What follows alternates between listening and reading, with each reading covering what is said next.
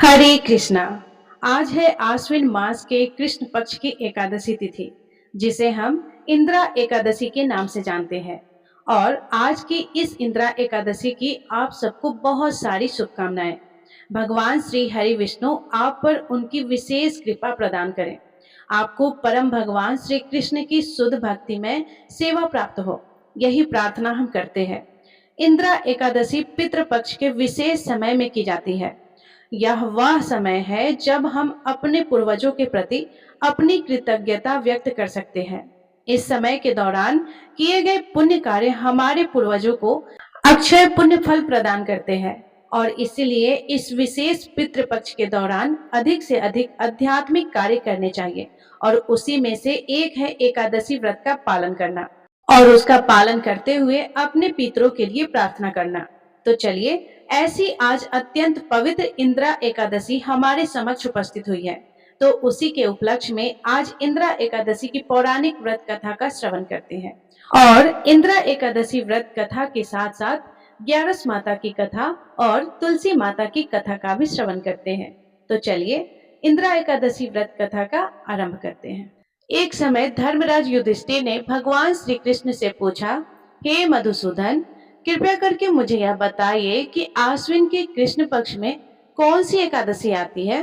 तब भगवान श्री कृष्ण इस प्रकार बोले, राजन, आश्विन मास के कृष्ण पक्ष में इंदिरा नाम की एकादशी होती है। उसके व्रत के प्रभाव से बड़े बड़े पापों का नाश हो जाता है। नीचे योनि में पड़े हुए पितरों को भी यह एकादशी सद्गति देने वाली होती है। राजन, अब इस एकादशी व्रत का महात्म्य भी बताता हूँ, ध्यान पूर्वक सुनो। पूर्व समय की बात है, सतयुग में इंद्रसेन नाम के एक राजा थे, जो महेश्मती पुरी के राजा होकर धर्म पूर्वक अपनी प्रजा का पालन किया करते थे। उनका यश चारों दिशाओं में फैल चुका था। राजा इंद्रसेन भगवान विष्णु की भक्ति में लीन होकर भगवान के मोक्षदायक नामों का जप करते हुए अपना समय बिताया करते थे और विधि पूर्वक अध्यात्म तत्व के चिंतन में सदा संलग्न रहा करते थे। एक दिन राजा राजसभा में सुख पूर्वक बैठे हुए थे। इतने में ही आकाश से उतरकर देवर्षि नारद वहां आ पहुंचे। उन्हें आया देखकर राजा हाथ जोड़कर खड़े हो गए और विधि पूर्वक पूजन करके उन्हें आसन पर बिठाया। इसके बाद वे देवर्षि नारद से इस प्रकार बोले, हे मुनिश्रेष्ठ, आपकी कृपा से मेरी सर्वथा कुशल है। आज आपके दर्शन से मेरी संपूर्ण यज्ञ क्रियाएं सफल हो गई हैं। देवर्षि, अपने आने का कारण बताइए, मुझ पर कृपा कीजिए। तब नारद जी कहने लगे कि नारायण नारायण। राजन, सुनो, मेरी बात तुम्हें आश्चर्य में डालने वाली है। मैं ब्रह्मलोक से यमलोक में आ गया था।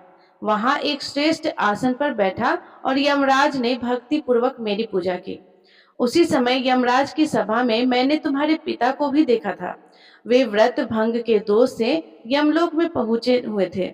राजन, उन्होंने तुमसे कहने के लिए एक संदेश भिजवाया है, उसे सुनो। तुम्हारे पिता ने कहा है कि बेटा, मुझे इंदिरा एकादशी के व्रत का पुण्य देकर स्वर्ग में भेज दो। उनका यही संदेश लेकर मैं आज तुम्हारे पास आया हूँ। राजन, अपने पिता को स्वर्ग लोक की प्राप्ति कराने के लिए तुम इंदिरा एकादशी का व्रत करो। तब राजा ने पूछा, भगवान, कृपा करके आप मुझे इंदिरा एकादशी के व्रत का महत्व बताइए। किस पक्ष में, किस तिथि को और किस विधि विधान से मुझे यह व्रत रखना चाहिए। तब नारद जी बोले, राजन सुनो, मैं तुम्हें इस व्रत की शुभ कारक विधि बताता हूँ। आश्विन मास के कृष्ण पक्ष में 10वीं तिथि के उत्तम दिन को श्रद्धा युक्त मन से प्रातः काल स्नान करो। फिर मध्याह्न काल में स्नान करके एकाग्रचित होकर एक समय भोजन करो तथा रात में भूमि पर सो। फिर एकादशी के दिन ब्रह्म मुहूर्त में स्नान करके इस प्रकार भक्ति भाव से मंत्र पढ़ते हुए उपवास का नियम ग्रहण करो। मंत्र है, अग स्थित्वा निराहार सर्वभोग विवर्जित, सो भोक्षे पुंडरीकाक्ष शरणम में भवचित। अर्थात, हे कमल नयन भगवान नारायण, आज मैं सब भोगों से अलग और निराहार रहकर कल भोजन करूंगा। हे अच्युत, आप मुझे अपनी शरण में लीजिए। इस प्रकार नियम करके फिर मध्याह्न काल में पितरों की प्रसन्नता के लिए शालिग्राम शिला के सम्मुख विधि पूर्वक श्राद्ध करो तथा दक्षिणा से ब्राह्मणों का सत्कार करके उन्हें भोजन कराओ। पितरों को दिए हुए अन्नमय पिंड को सूंघ कर गाय को खिला दो। फिर धूप और गंध आदि से भगवान ऋषिकेश का पूजन करके रात में उनके समीप जागरण करो। इसके बाद सवेरा होने पर द्वादशी के दिन फिर से भक्ति पूर्वक श्री हरि की पूजा करो। उसके बाद ब्राह्मणों को भोजन कराकर भाई, बंधु, नाती और पुत्र आदि के साथ स्वयं भी मौन होकर भोजन ग्रहण करो। राजन, इस विधि से आलस्य रहित होकर यह व्रत करो। इससे तुम्हारे पितर भगवान विष्णु के बैकुंठ धाम में चले जाएंगे। भगवान श्री कृष्ण कहते हैं कि राजन, राजा इंद्रसेन से ऐसा कहकर देवर्षि नारद अंतर्ध्यान हो गए। राजा ने उनकी बताई हुई विधि से अंतपुर की रानियों, पुत्रों और भृत्यों सहित उस उत्तम व्रत का पालन किया। हे कुंती नंदन, व्रत पूर्ण होने पर आकाश से फूलों की वर्षा होने लगी।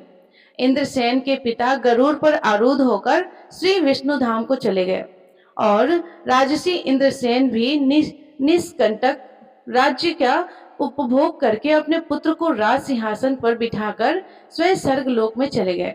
हे राजन, इस प्रकार मैंने तुम्हारे सामने इंद्रा एकादशी व्रत के महात्म्य का वर्णन किया है।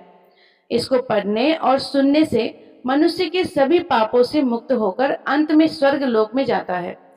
तो प्रिय श्रोताओ, यह थी इंद्रा एकादशी व्रत की कथा। तो सभी प्रेम से बोलिए इंद्रा एकादशी की जय। लक्ष्मी नारायण श्री हरि विष्णु की जय। प्रिय श्रोताओं, अब आइए तुलसी माता की कथा को सुनते हैं। कहते हैं कि एकादशी के दिन तुलसी माता की कथा सुनने से ही एकादशी व्रत कथा पुण्य माना जाता है और सभी मनोकामनाओं की पूर्ति होती है। सावरणी मुनि की पुत्री तुलसी अपूर्व सुंदरी थी। उनकी इच्छा थी कि उनका विवाह भगवान नारायण के साथ हो। इसके लिए उन्होंने नारायण पर्वत की घाटी में स्थित बद्री वन में घोर तपस्या की। दीर्घकाल तक तपस्या करने के उपरांत ब्रह्मा जी ने प्रसन्न होकर दर्शन दिया और वर मांगने को कहा। तुलसी जी ने कहा, हे सृष्टिकर्ता ब्रह्मदेव, आप अंतर्यामी हैं, सबके मन की बात जानते हैं, फिर भी मैं अपनी इच्छा आपसे बताती हूँ। मैं चाहती हूँ कि भगवान श्री नारायण मुझे पति रूप में मिले। ब्रह्मा जी ने कहा, तुम्हारा अभिष्ट तुम्हें अवश्य मिलेगा। अपने पूर्व जन्म में किसी अपराध के कारण तुम्हें श्राप मिला है। इसी प्रकार भगवान श्री नारायण के एक पार्षद को भी दानव कुल में जन्म लेने का श्राप मिला है।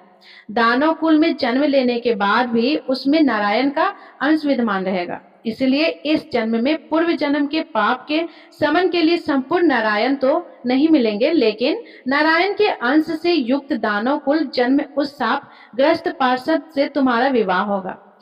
शाप मुक्त होने पर भगवान श्री नारायण सदा सर्वदा के लिए तुम्हारे पति हो जाएंगे। तुलसी ने ब्रह्मा के इस स्वर को स्वीकार किया, क्योंकि मानव कुल में जन्म होने के कारण उस मायावी भोग को तो भोगना ही था। तुलसी बद्री वन में ही रहने लगी। नारायण का वह पार्षद दानव कुल में जलंधर के नाम से पैदा हुआ। कुछ दिनों बाद वह भ्रमण करता हुआ बद्री वन में आया। यहाँ तुलसी को देखते ही वह उस पर मंत्रमुग्ध हो गया। तुलसी के सामने उसने अपने विवाह का प्रस्ताव रखा। इतने में ही महाब्रह्मा जी आ गए और तुलसी से कहा, तुलसी, जलंधर को देखो, कैसा देवो उसका स्वरूप है। दानव कुल में जन्म लेने के बाद भी लगता है जैसे इसके शरीर में नारायण का वास हो। तुम प्रस्ताव को सहज स्वीकार कर लो। तुलसी को भी लगा कि उसकी तपस्या पूर्ण हुई, उसे इच्छित फल मिला है। जलंधर के साथ उसका गंधर्व विवाह हो गया और वह जलंधर के साथ उसके महल में पत्नी बनकर आ गई। जलंधर ने अपनी परम सुंदरी सती साध्वी पत्नी तुलसी के साथ बहुत दिनों तक राज्य किया। उसने अपने राज्य का इतना विस्तार किया कि देवलोक तक उसके अधिकार में आ गए। स्वर्ग का सुख भोगने वाले देवताओं की दशा भिखारियों जैसी हो गई। जलंधर किसी को कष्ट नहीं देता था, पर अधिकार और राज्य छिन जाने से सारे देवता मिलकर ब्रह्मा, विष्णु और शिव जी की सभा में गए तथा अपनी विपत्ति सुनाई। ब्रह्मा जी ने कहा, तुलसी परम साध्वी है, उसका विवाह जलंधर से मैंने ही करवाया था। जलंधर को तब तक नहीं हराया या मारा जा सकता है जब तक तुलसी से छल न किया जाए। भगवान श्री हरि विष्णु जी ने कहा, जलंधर पूर्व जन्म में मेरा पार्षद था। श्राप के कारण उसे दैत्य कुल में जन्म लेना पड़ा। इस जन्म में भी मेरा अंश उसमें व्याप्त है। साथ ही तुलसी के पतिव्रत धर्म से वह अजय है। फिर देवताओं की सहमति से भगवान शिव ने जलंधर के पास संदेश भेजा कि या तो वह देवताओं को राज्य लौटा दे या फिर उनसे युद्ध करे। जलंधर भगवान शंकर के पास पहुंचा। उसने कहा, देवा, आदिदेवा, आपके लिए देवताओं का पक्ष लेना उचित नहीं है। राज्य बढ़ाना हर राजा का कर्तव्य है। मैं किसी को दुखी नहीं कर रहा हूँ। देवताओं से कहिए कि वे मेरी प्रजा बनकर रहे। मैंने आपका कोई भी अपमान नहीं किया है। हमारा आपका युद्ध शोभा नहीं देता। अगर आप हार गए तो बड़ी लज्जा की बात होगी। मैं हार गया तो आपकी कीर्ति बहुत अधिक नहीं बढ़ेगी। भगवान शंकर फिर हंसने लगे। वे तो सब रहस्य समझते थे। तुलसी और जलंधर के पूर्व जन्म के श्राप की अवधि लगभग पूरी हो चुकी थी। फिर शंकर जी बोले कि इसमें कृति और लज्जा की बात नहीं है। तुम देवों के राज्य लौटाकर उन्हें उनके पद का प्रतिष्ठित होने दो। युद्ध से बचने की यही एक उपाय है। जलंधर ने कहा, मैंने युद्ध के बल से देवलोक जीता है। कोई उसे युद्ध के द्वारा ही वापस ले सकता है। यह मेरा अंतिम उत्तर है। अब मैं जा रहा हूँ। ऐसा कहकर जलंधर चला गया। उसने अपनी पत्नी तुलसी को सारी बातें बताई और कहा, कर्म भोग सब काल सूत्र में बंधा है। जीवन में हर्ष, शोक, भय, सुख, दुख, मंगल, अमंगल काल के अधीन है। हम तो केवल निमित्त है। संभव है भगवान शिव देवों का पक्ष लेकर मुझसे युद्ध करे। तुम चिंता मत करना, तुम्हारा सती तेज मेरी रक्षा करेगा। दूसरे दिन भगवान शंकर के नेतृत्व में देवताओं ने युद्ध छेड़ दिया। जलंधर ने भीषण वाणों की वर्षा कर उनका वेग रोका। उसके प्रहार से देवता डगमगाने लगे। उसने दानवी शक्ति का प्रयोग कर मायावी युद्ध आरंभ कर दिया। युद्ध स्थल पर वह किसी को भी दिखाई नहीं देता था, पर उसके अस्त्र शस्त्र प्रहार कर देवों को घायल कर रहे थे। देवग अपने अस्त्र चलाए तो किस पर चलाए, क्योंकि कोई शत्रु सामने था ही नहीं। कई दिनों तक इस तरह भयंकर युद्ध चला और जलंधर पराजित नहीं हुआ। तब शिव जी ने विष्णु से कहा कि विष्णु, कुछ तो उपाय करो, अन्यथा मेरा तो सारा यश मिट्टी में मिल जाएगा। विष्णु जी ने सोचा कि बल से तो जलंधर को हराया नहीं जा सकता, इसलिए छल का सहारा लेना ही पड़ेगा। उसने तुरंत अपना स्वरूप जलंधर जैसा बनाया और अस्त्र शस्त्र से सुसज्जित हो तुलसी जी के पास पहुंच गए और बोले, प्रिय, मैं युद्ध जीत गया। सारे देवता भगवान शंकर समेत मुझसे हार गए। इस खुशी में आओ, मैं तुम्हें अपने अंग से लगा लूं। पति को प्रत्यक्ष खड़ा देख तथा विजय का समाचार सुन वह दौड़कर मायावी जलंधर के गले से लिपट गई। इस प्रकार पति पत्नी दोनों ने आलिंगन हो खूब खुशी मनाई। पर पुरुष के साथ इस प्रकार व्यवहार से उसका सती तेज नष्ट हो गया। उसका सती तेज जो जलंधर की कवच के रूप में रक्षा कर रहा था, वह कवच नष्ट हो गया। जलंधर शक्तिहीन हो गया। यह जानते ही भगवान शंकर ने उस पर अपने त्रिशूल से प्रहार किया। त्रिशूल के लगते ही जलंधर जलकर भस्म हो गया। जलंधर के मरने को जानकर भगवान विष्णु अपने असली रूप में आ गए। सामने अपने पति जलंधर के स्थान पर भगवान विष्णु को खड़ा देख तुलसी बहुत विस्मित हुई। उसको पता लग गया कि स्वयं नारायण ने उनके साथ छल किया है। क्रोध में आकर तुलसी जी ने श्राप दिया और भगवान विष्णु से कहने लगी, एक सती स्त्री का सतीत्व भंग करने के अपराध में तुम हृदयहीन पत्थर हो जाओ।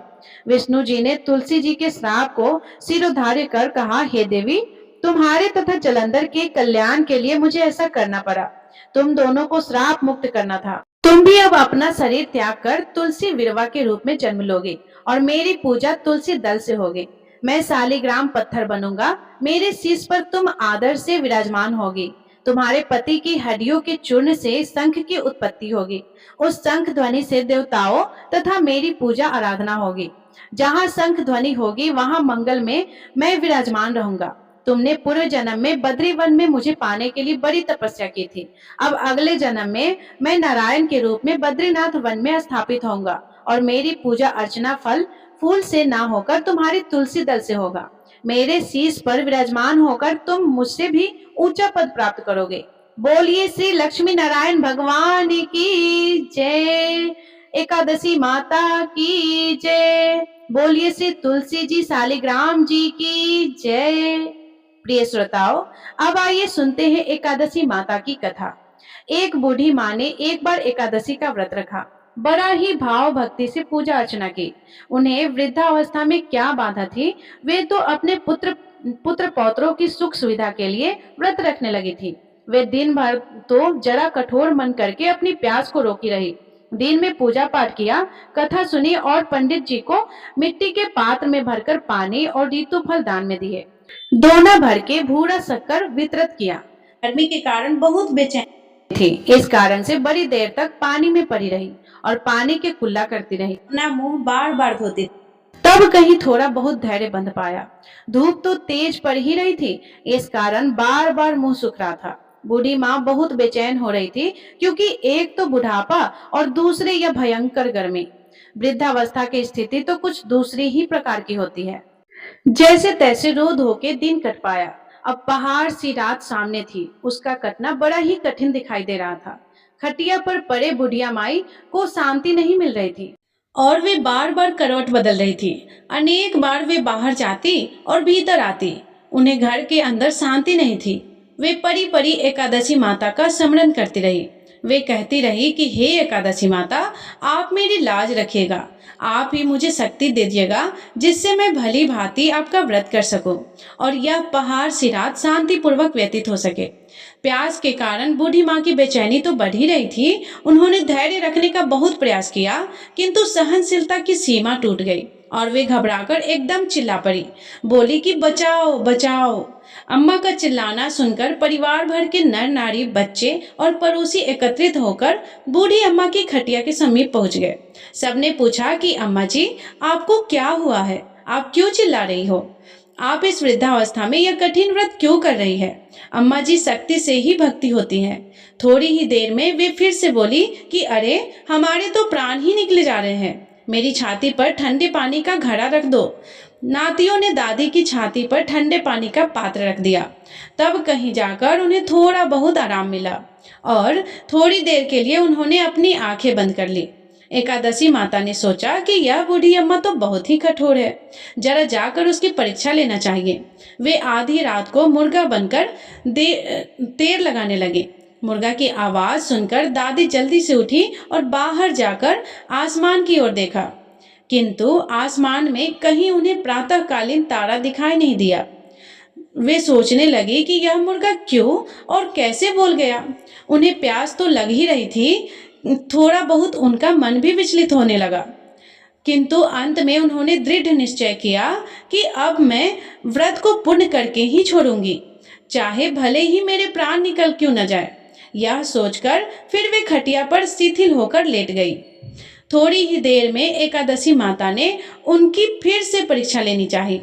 एक छोटी सी बच्ची बालिका एक गिलास में शरबत लेकर उनके सिरहाने खड़ी हो गई और जोर से बोली कि दादी जी, सवेरा हो गया है, आप हाथ मुंह धोकर शरबत पी लीजिए। पहले तो शरबत का गिलास देकर उनका मन ललचा गया, लेकिन अचानक व्रत का स्मरण हो आया और उन्होंने सोचा कि मैं किसी भी प्रकार से अभी शरबत नहीं पी सकती हूँ, और वे शांति पूर्वक अपनी खटिया पर लेट गई। फिर थोड़ी ही देर में उन्हें ऐसा लगा जैसे किसी ने उन्हें पानी के कुएं में पटक दिया हो। वे बड़ी देर तक उस कुएं में हाथ पांव चलाती रही, किंतु उन्होंने अपने मुंह में पानी की एक बूंद भी नहीं जाने दिया और वे दृढ़ता पूर्वक अपने व्रत का पालन करती रही। थोड़ी ही देर में ना जाने कहां से सामने आग जलने लगी, जिससे भारी गर्मी बढ़ने लगी और प्यास के कारण प्राण निकलने लगे, किंतु बूढ़ी अम्मा का कुछ भी नहीं बिगाड़ पाया। वे जहां की तहां मुस्कुराती हुई सी बैठी रही। थोड़ी ही देर में बाहर प्रकाश दिखाई देने लगा। ऐसा लगा कि जैसे सवेरा हो गया हो। बूढ़ी अम्मा ने जब बाहर निकलकर देखा तो समझ गई कि अभी सवेरा होने में 3-4 घंटे की देरी है। यह जानकर वे शांति पूर्वक इधर उधर घूमने फिरने लगी। एकादशी माता यह बात अच्छी तरह से समझ गई कि यह बूढ़ी अम्मा किसी भी प्रकार से अपने व्रत से नहीं टल सकती। वे उनके सत्य व्रत को अच्छी तरह से समझ गई। सवेरा होते ही बूढ़ी अम्मा ने स्नान किया, भगवान का पूजन पाठ किया, एकादशी माता की कथा सुनी, ब्राह्मणों को दक्षिणा देकर भोजन कराया, तब कहीं उन्होंने जल ग्रहण किया। कन्याओं को भोजन कराने के बाद ही अम्मा ने स्वयं भोजन किया। उस श्रेष्ठ व्रत के प्रताप से बूढ़ी अम्मा की आयु में वृद्धि हो गई। उनका घर परिवार हरा भरा हो गया। घर में अब उनके कोई अभाव नहीं था। वे हर तरह के सुख साधनों से संपन्न हो गई। नाती नातिन से उनका घर भर गया और वे उसी दिन से 12 महीने की एकादशी का व्रत करने लगे। एकादशी माता के व्रत के प्रभाव से इस संसार में हर प्रकार के सुख भोग कर अंत में बैकुंठ धाम को चले गए। जैसे एकादशी माता ने बूढ़ी माता और उनके परिवार को हरा भरा किया, ऐसे ही हे एकादशी माता, इस कथा को सुनने, कहने और हुंकार भरने वाले सारे भक्तों के परिवार को ऐसे ही हरा भरा रखना और उनकी सभी मनोकामनाओं को पूर्ण करना। बोलिए श्री लक्ष्मी नारायण भगवान की जय, माता तुलसी की जय, एकादशी माता की जय। तो प्रिय श्रोताओ, ये थी एकादशी व्रत की संपूर्ण कथा, तुलसी माता की कथा, एकादशी माता की कथा और इंदिरा एकादशी की कथा। यदि ये कथा आपको पसंद आई हो तो वीडियो को लाइक जरूर कर दीजिएगा और कमेंट तो जरूर कीजिएगा, क्योंकि आज एकादशी है और एकादशी माता के लिए जय श्री हरि विष्णु लिखना तो बहुत ही जरूरी है, क्योंकि आज तो विष्णु भगवान हम सभी पे प्रसन्न होकर हमारी इच्छाओं को पूर्ण करते हैं। तो इसलिए आप कमेंट में जय श्री हरि विष्णु अवश्य लिखिएगा। और हमारे चैनल पे विष्णु भगवान की कथा, बृहस्पतिवार व्रत की कथा, शुक्रवार की कथा, मंगलवार की कथा, सभी कथाएं आपको हमारे चैनल पे सुनने को मिल जाएगा। और यदि आप चैनल पे नए होंगे तो चैनल को प्लीज़ सब्सक्राइब कर लीजिएगा और बेल आइकन बटन को प्रेस कर लीजिएगा, क्योंकि जब भी मैं कोई भी वीडियो अपलोड करूं तो सबसे पहले नोटिफिकेशन आपके पास जाए। धन्यवाद। राधे राधे। जय श्री कृष्ण।